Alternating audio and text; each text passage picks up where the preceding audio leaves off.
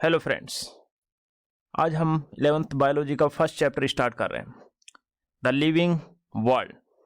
Okay, first of all Ernest Mayr नाम का एक साइंटिस्ट है जिसे डार्विन ऑफ 20th सेंचुरी के नाम से भी जाना जाता है। उन्होंने एक कॉन्सेप्ट दिया जिसे कहा बायोलॉजिकल कॉन्सेप्ट ऑफ स्पीसीज। ठीक है, एग्जाम में काफ़ी बार पूछा जा चुका है। इस चैप्टर में हम mainly living and non living के बारे में ही बात करते हैं कि लिविंग कौन है और नॉन लिविंग कौन है। जो हमारे ओल्ड पीपल थे वो कैसे लिविंग और नॉन लिविंग को डिफ्रेंशिएट करते थे। ठीक है, अब हम कैसे डिफ्रेंशिएट करते हैं। ठीक है, तो इसी के बारे में आज हमारा पूरा लेक्चर होगा। ठीक है, तो मेन क्या होती है, 5 कैरेक्टरिस्टिक्स ऑफ लिविंग होती हैं जिनसे हम आइडेंटिफाई कर सकते हैं कि भाई ये चीज़ लिविंग है और ये चीज़ नॉन लिविंग है। पहला आता है ग्रोथ, सेकेंड आता है रिप्रोडक्शन। ठीक है, तो ग्रोथ और रिप्रोडक्शन होती हैं जो नॉट द डिफाइनिंग प्रॉपर्टी। इनसे आप ये पता नहीं लगा सकते कि भाई ये लिविंग है या नॉन लिविंग है। ठीक है, तो नॉट डिफाइनिंग द प्रॉपर्टी या not defining the characteristics feature of the living things. ठीक है, तो किससे डिफाइन करोगे आप, यानी कि मेटाबॉलिज्म और सेल्यूलर ऑर्गेनाइजेशन और कॉन्शियसनेस, ये 3 रूल ऐसे होते हैं जिनसे आप इजीली आइडेंटिफाई कर लोगे कि ये प्रॉपर्टी लिविंग की है। ठीक है, ये सारी चीज़ें लिविंग में ही प्रेजेंट होंगी, अदरवाइज वो लिविंग नहीं है। तो ये जो मेटाबॉलिज्म, सेलुलर ऑर्गेनाइजेशन और consciousness, they defining the property of living. Okay, अब आते हैं कि इसमें कोई एक्सेप्शन नहीं है। जो लास्ट की हमारी 3 रूल हैं, इसमें कोई भी एक्सेप्शन नहीं है। एग्जाम में पूछा जाता है क्या इनमें कोई एक्सेप्शन प्रेजेंट है?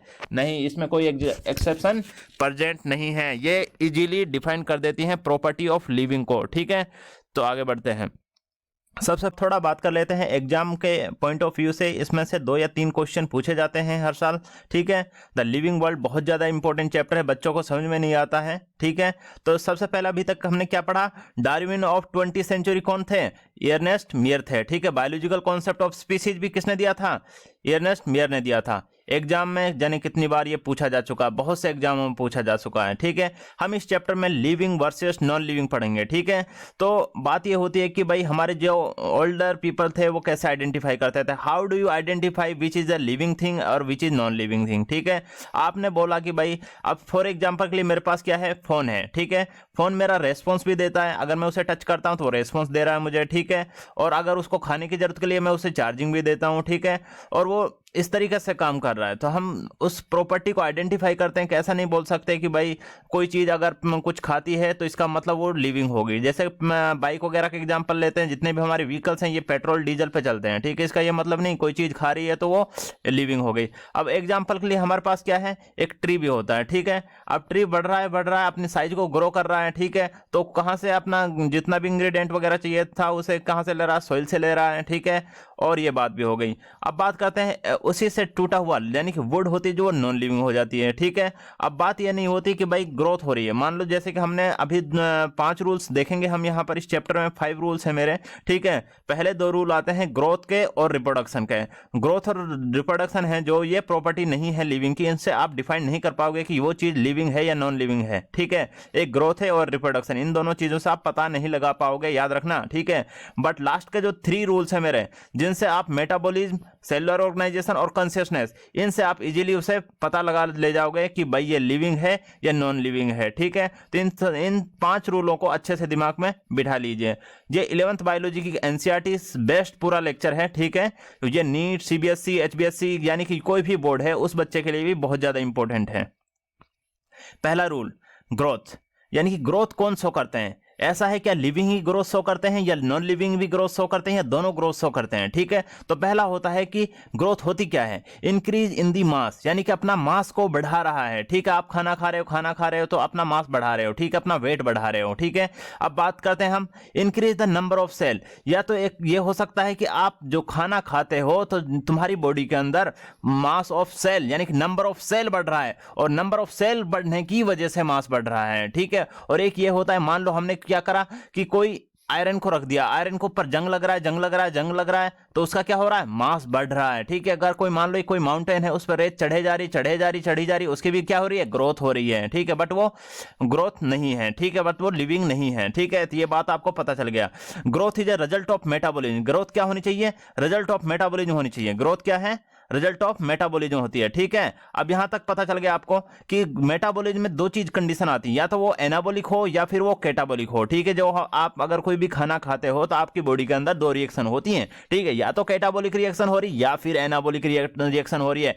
एनाबॉलिक रिएक्शन मतलब सिंथेसिस ऑफ मोर, यानी कि कोई चीज तुम्हारी बॉडी के अंदर सिंथेसिस हो रही है, एनाबॉलिज्म। ठीक है, और कैटाबॉलिक नाम से ही पता चल रहा है तोड़ा जा रहा है, डिस्ट्रक्शन ऑफ प्रोसेस है, यानी कि ग्रोथ क्या हो रही है, डिक्रीज हो रही है। ठीक है, तो ये होती है मेटाबॉलिज्म की दो प्रॉपर्टी होती है। अब बात आती है कि ग्रोथ कितने टाइप की होती है। बात कहते हैं कि भाई इंट्रिंसिक ग्रोथ हो रही है या फिर एक्सट्रिंसिक ग्रोथ हो रही है। अगर इंट्रिंसिक ग्रोथ हो रही है इसका मतलब इनसाइड द ग्रोथ हो रही है, यानी कि जो इनसाइड द ग्रोथ होती है मतलब लिविंग की बॉडी, किसी की बॉडी के अंदर की ग्रोथ हो रही है, यानी कि तुम्हारा कोई ऑर्गन का अच्छा आ रहा है, तुम बॉडी वगैरह बना रहे हो, जिम कर रहे हो, तो तुम्हारी इंटरनल ग्रोथ हो रही है। ठीक है, अब एक्सट्रिंसिक ग्रोथ मतलब बाहरी ग्रोथ होना, जैसे कि मान लो हमारा माउंटेन था, माउंटेन के ऊपर क्या हो रहा है, रेत चढ़ रहा है या बर्फ चढ़ रहा है या कुछ भी चढ़ रहा है, यानी कि जैसे हमने एग्जांपल लिया आयरन, आयरन के ऊपर क्या चढ़ रहा है, वो चढ़ रहा है, जंग चढ़ रहा है, इसकी वजह से उसका मास बढ़ रहा है। ठीक है, तो क्या हो जाएगा, आउटसाइड द ग्रोथ हो जाएगा। ठीक है, इसलिए वो क्या है, नॉन लिविंग है। अब आती है डिटर्मिनेंट ग्रोथ होती है, और एक होती है इनडिटर्मिनेंट।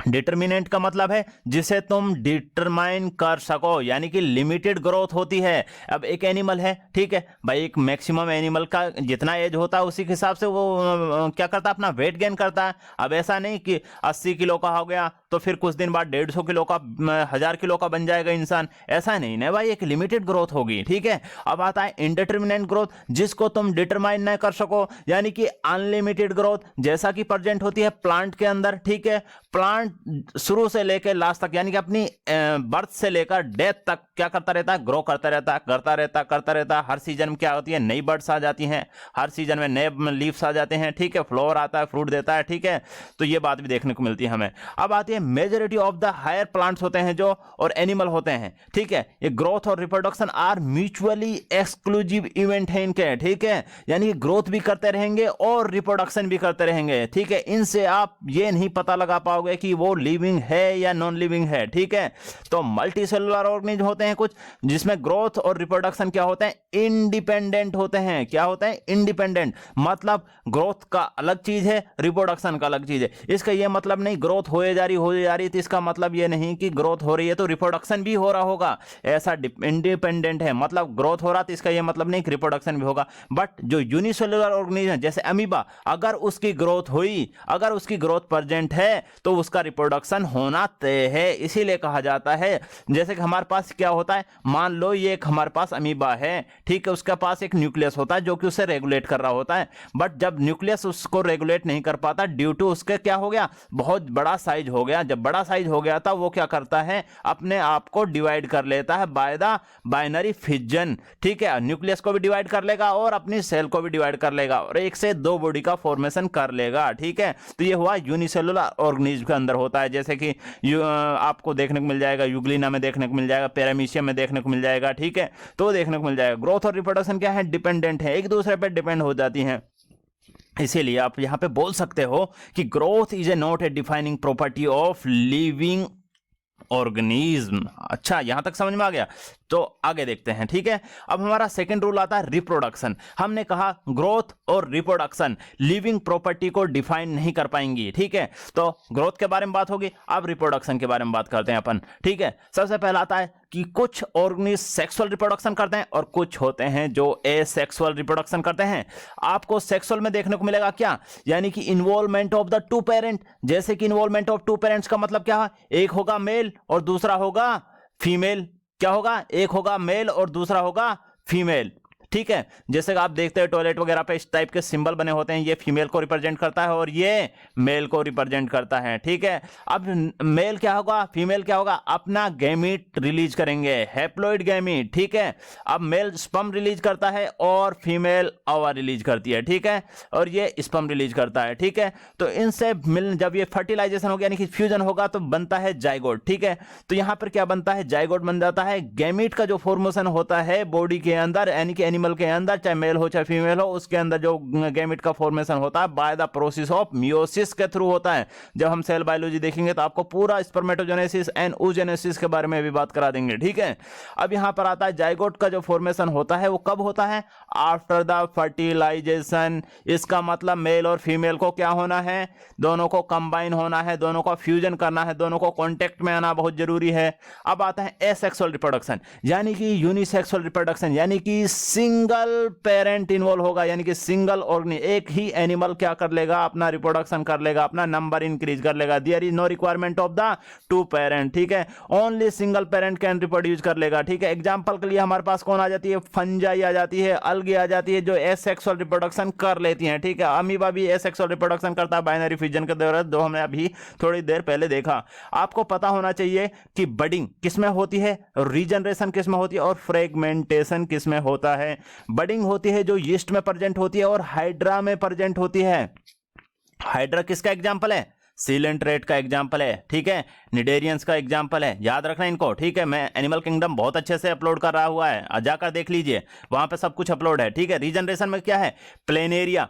प्लेनेरिया का मतलब यह है कि इसके पास रीजनरेशन प्रेजेंट होती है। जब रीजनरेशन, इसके पास इतनी हाई पावर ऑफ रीजनरेशन होती है कि अपनी बॉडी के कोई भी टुकड़े को टूट जाएगा और उससे ये पूरा एनिमल का फॉर्मेशन कर लेता है, ठीक है। जैसे स्टारफिश की अगर कोई एक लेग टूट जाए या फिर कोई एक आर्म डिस्ट्रॉय हो जाए तो ये उस आर्म को रिमूव कर देता है और उसकी जगह नई आर्म को क्या कर लेता है? डेवलप कर लेता है। और ऐसा ही लिजार्ड है। लिजार्ड को आपने देखा होगा, छिपकली को अपने घरों में जब उसकी पूंछ टूट जाती है तो कुछ दिन बाद उसकी दूसरी पूंछ नजर आने लग जाती है, ठीक है। ये भी आपको पता चल गया।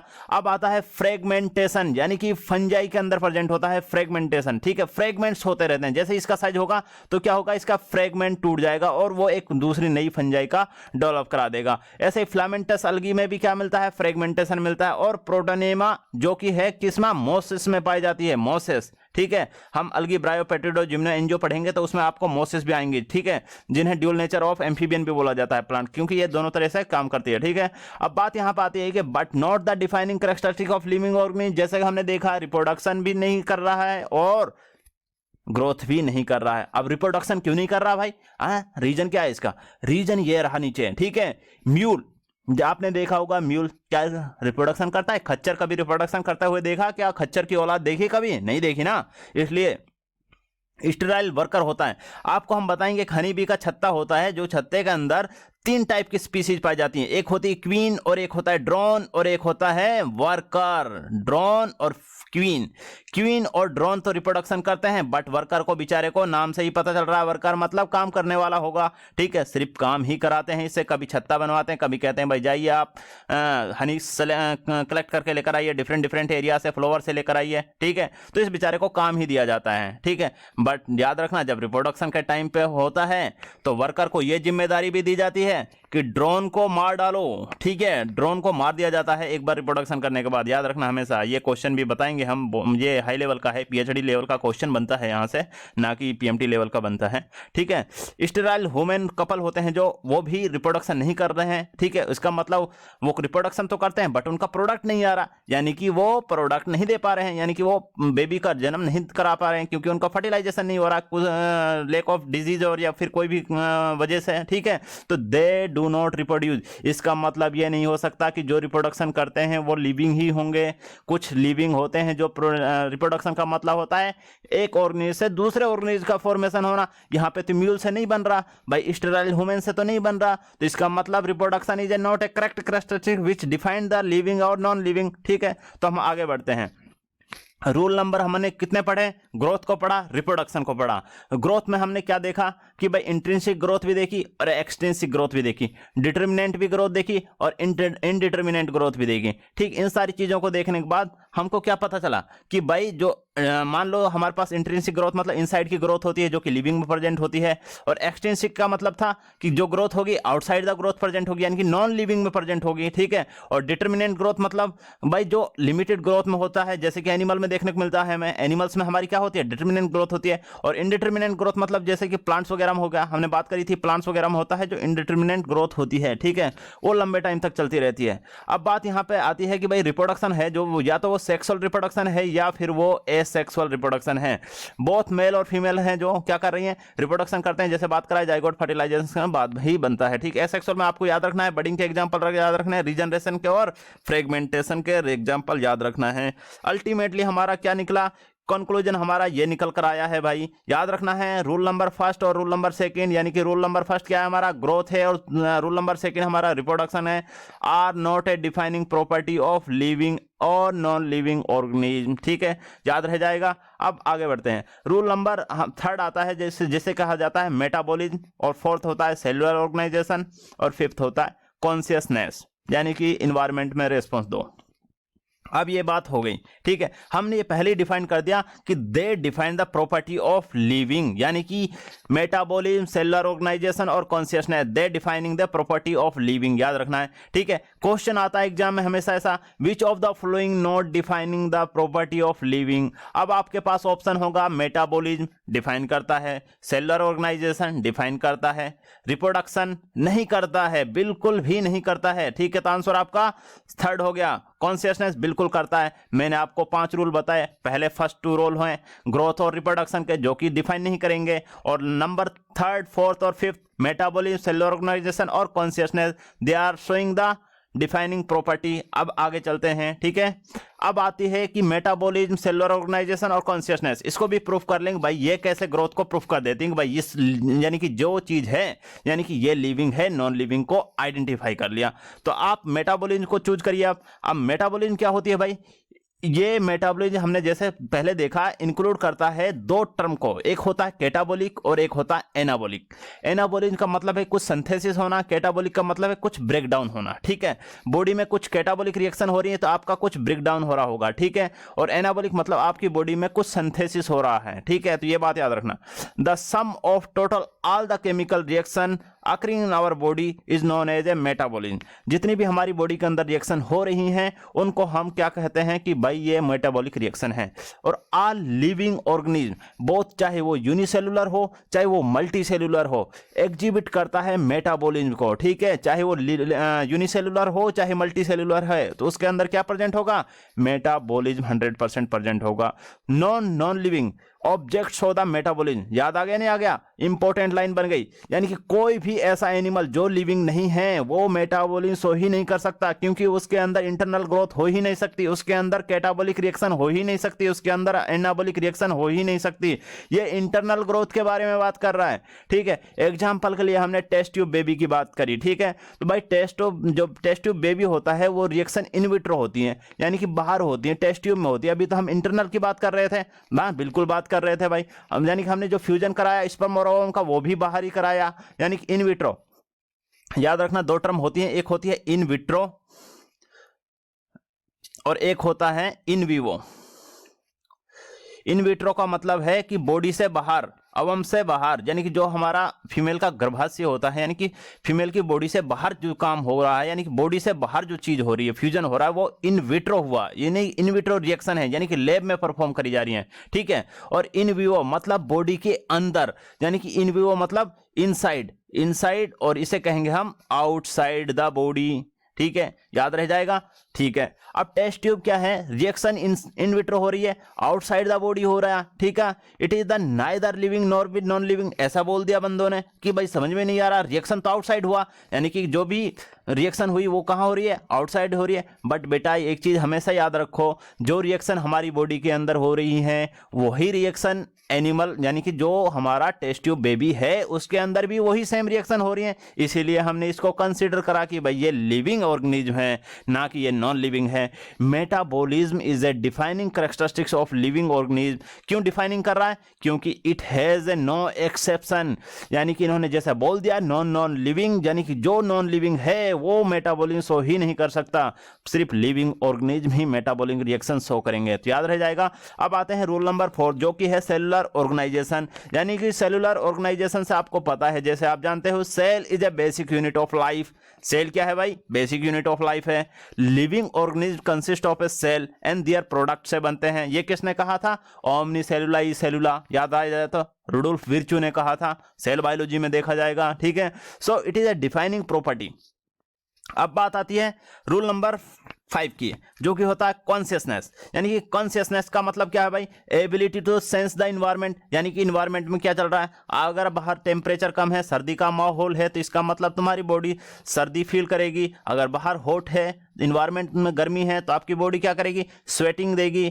ठीक है, उससे आप सेंस करोगे कि आउटसाइड द इन्वायरमेंट हाई है एज कंपेयर टू हमारी बॉडी का इन्वायरमेंट। हमारी बॉडी का इन्वायरमेंट कितना होता है? 38 डिग्री सेल्सियस को मेंटेन करती है। बट अगर वो बाहर ज्यादा है तो आपको क्या आएंगे? स्वेट्स ग्लैंड है वो ज्यादा एक्टिव हो जाएंगे और आपका स्वेट निकलने लग जाएगा। ठीक है, ability to sense the environment, environment का रिस्पांस को, और फिर तुम्हारा बॉडी है जो उस रिस्पांस देगा उस इन्वायरमेंट में अगेंस्ट में स्टिमुलाई, इसी को कहा जाता है कॉन्शियसनेस। ठीक है, it is a most obvious, क्या हो भाई? It is a most obvious technology, क्या है? टेक्निकली कॉम्प्लिकेटेड फीचर हो जाते हैं आर लिविंग ऑर्गेनिज्म के, कि भाई वो इन्वायरमेंट को मतलब रेस्पॉन्स देता है या नहीं देता। जैसे कि अगर हम बात करें प्लांट की, किसकी बात करें भाई? ये हमारे पास एक प्लांट है। प्लांट को आपको पता होगा फोटोपीरियडिज्म, यानी कि by the showing the flooring, यानी कि जो बात होती है कि मतलब अगर उसको लाइट और डे लाइट और नाइट का जो रिएक्शन होती है, अगर उसको डे लाइट अगर कम दिया गया तो फ्लोरिंग शो नहीं करता है, और अगर उसको डे और लाइट है जो प्रॉपर दिया गया जितना उसको रिक्वायरमेंट था तो वो फ्लोरिंग शो करता है। ठीक है, तो ये आता है फोटोपीरियडिज्म में। तो एनिमल सीजनल ब्रीडिंग होते हैं, कुछ एनिमल ऐसे होते हैं जो भाई जैसे जनवरी फरवरी सीजन होता है डॉग्स का ब्रीडिंग करने का, तो उसमें वो ब्रीडिंग उसी टाइम में करेंगे। तो यानी कि वो किसको सेंस कर रहे हैं? इन्वायरमेंट को सेंस करते हैं। जैसे कुछ फिशेस हैं, जैसे ही इन्वायरमेंट में बादल को देखती हैं, ठीक है, इन्वायरमेंट लगने लगता है कि हाँ अब उनको क्या करना है, अपने जो एग हैं एग ले करने हैं, और फर्टिलाइजेशन होने के बाद फिर क्या होंगे? काफी सारे हैचलिंग हो जाएंगे। ठीक है, क्यों हो जाएंगे? क्योंकि उनको पता चल गया बरसात होने वाली है और उनके जो बेबी हैं उनकी सर्वाइविंग रेट है जो वो ज्यादा होगी, मोटिलिटी रेट है वो कम होगी, इसीलिए वो क्या करता है? इन्वायरमेंट को सेंस कर लेता है। ठीक है, अब सेल्फ कॉन्शियसनेस में क्या देखा हमने? Not a characteristic. ठीक है, क्या है? मान लो हमारे पास एक एग्जांपल है कोमा, कोई बंदा कोमा में सोया हुआ है, ठीक है, कोमा पेशेंट है। ठीक है, वो इन्वायरमेंट के लिए रेस्पॉन्स देगा नहीं देगा? देखते हैं। लिविंग बट नॉट, ये क्या है? लिविंग है but does not has the self consciousness, इसके पास क्या नहीं है? सेल्फ कॉन्शियस नहीं है। ठीक है, क्यों नहीं है भाई? Because it has lost the coordination of the ऑर्गनों का जो कोऑर्डिनेशन था, जो नर्वस सिस्टम का कोऑर्डिनेशन और एंडोक्राइन सिस्टम का कोऑर्डिनेशन होता है, उसको ये लॉस कर बैठता है, कोऑर्डिनेशन नहीं होता है, अपनी बॉडी का कंट्रोल खो बैठता है। तो डिफरेंट बॉडी पार्ट्स। ठीक है, अब ये चल नहीं पा रहा, हल नहीं पा रहा, कुछ बोल नहीं पा रहा, सारा क्या है? कोमा में पेशेंट है, सो रहा है, बिल्कुल कोई सेंस नहीं दे रहा इन्वायरमेंट के अगेंस्ट भी। ठीक है, but living organism are the self replicating होते हैं, और सेल्फ रेप्लिकेटिंग मतलब जो सेल हैं वो 1 से 2 का डिवीजन कर रही हैं। अगर वो नहीं कर रही होती तो बंदा जो कोमा में है वो मर गया होता। और आपको पता है हमारी बॉडी के अंदर क्या होता है? आरबीसी का फ्लो होता है, ब्लड का फ्लो होता है, और आरबीसी की जो लाइफ स्पैन होता है वो कितना होता है? लाइफ स्पैन 120 डेज होता है। इसका मतलब जो कोमा में पेशेंट है उसको सारे जितनी ब्लड भी सेल है 120 दिन के बाद वो मर जानी चाहिए। ठीक है, बट वो इसलिए सरवाइव हो रहा है क्योंकि उसकी बॉडी के अंदर ब्लड सेल्स का फॉर्मेशन हो रहा है। और यही ये बात आपको समझ में रखनी है कि सेल्फ रेप्लिकेटिंग यूनिट, यानी कि ब्लड है जो बोन है जो वो अब भी ब्लड बना रही हैं। जब ब्लड बना रही हैं तो ब्लड क्या है? सर्वाइव कर रहा है, यानी कि इवॉल्विंग है, सेल्फ रेगुलेशन भी कर रहा है और कैपेबल है रेस्पॉन्डिंग द एक्सटर्नल स्टिमुलाई। अगर हम एक्सटर्नल स्टिमुलाई देंगे तो उसके लिए वो रेस्पॉन्ड भी करेगा। ठीक है, अडेप्टेशन और होमियोस्टेसिस, मतलब अडेप्टेशन का मतलब है कि कोई एक ऐसा इन्वायरमेंट, जैसे मानो सर्दी में गया तो उसको सर्दी से लेकर हमने मान लो कि हम एक राजस्थान से एक स्पीसीज को उठाकर दिल्ली में ले आते हैं। ठीक है, इन सर्दी के मौसम में वो अपने आप को क्या करती है? होमियोस्टेसिस कर लेती है, यानी कि अपने आप को मेंटेन कर लेती है, अपने एक्सटर्नल इंटरनल बॉडी को बाहर के एक्सटर्नल टेम्परेचर से क्या करती है? वो अडेप्ट करती है। जैसे हम हैं, हमें अभी हमें हरियाणा से उठाकर अगर हमें जम्मू कश्मीर में भेज दिया जाएगा तो हमारी बॉडी को 1-2 दिन का टाइम लगेगा, क्योंकि शिवरिंग वगैरह होगी, जो कि सर्दी गर्म एरिया से आप ठंडे एरिया में जाओगे। ठीक है, तो कुछ देखने को मिलेगा हमें। वेरी इंपॉर्टेंट कैरेक्टरिस्टिक होता है लिविंग का। अब आता है प्रॉपर्टी ऑफ लिविंग ऑर्गेनिज्म। क्या है प्रॉपर्टी ऑफ, ये हमने एक ट्रिक बना दी यहाँ पे, सीरीज याद रखना, जैसे कि मूवियों की सीरीज आ रही होती है, काफी सारी सीरीज आती हैं लंबी लंबी, ठीक है, उसी से याद रख लेना। सेल्फ रेप्लिकेशन करना होना चाहिए, इंटरेक्शन करना चाहिए एक दूसरे से, रेगुलेशन होना चाहिए बॉडी के अंदर, और इवोल्यूशन भी होना चाहिए, यानी कि न्यू चीज का फॉर्मेशन होना चाहिए, और स्टिमुलेशन भी होना चाहिए, ठीक है। ये सारी कैरेक्टरिस्टिक अगर प्रेजेंट है तो वो चीज लिविंग होगी। अब बात आती है समरी में हम क्या याद रखें।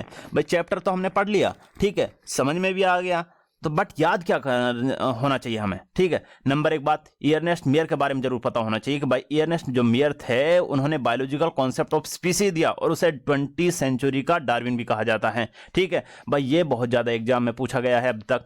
ग्रोथ और रिप्रोडक्शन है, नॉट डिफाइनिंग द प्रॉपर्टी, ये भी बहुत ज्यादा पूछा जा चुका है। रूल नंबर 3 है जो मेटाबॉलिक सेलुलर ऑर्गेनाइजेशन और कॉन्शियसनेस, ठीक है, ये डिफाइनिंग करते हैं प्रॉपर्टी को, मतलब लिविंग प्रॉपर्टी को डिफाइन करते हैं। किसको डिफाइन करते हैं? लिविंग प्रॉपर्टी को। तो इसलिए भाई ये 3 अलग रखने हैं। 2 रूल, जो फर्स्ट के 2 रूल थे मेरे, rule number 1 growth, rule number 2 reproduction, not defining the property. Rule number 3, 4, 5 यानी कि मेटाबॉलिज्म, सेलुलर ऑर्गेनाइजेशन और consciousness defining the property of living, याद रखना हमेशा। अब एक इंपॉर्टेंट चीज ये है यहाँ पर कुछ एग्जांपल, जैसे कि हमने देखे रीजनरेशन, देखा हमने कि प्लेनेरिया में प्रेजेंट है, स्टार फिश में, जेब्रा फिश में है, लिजार्ड वगैरह में प्रेजेंट होती है।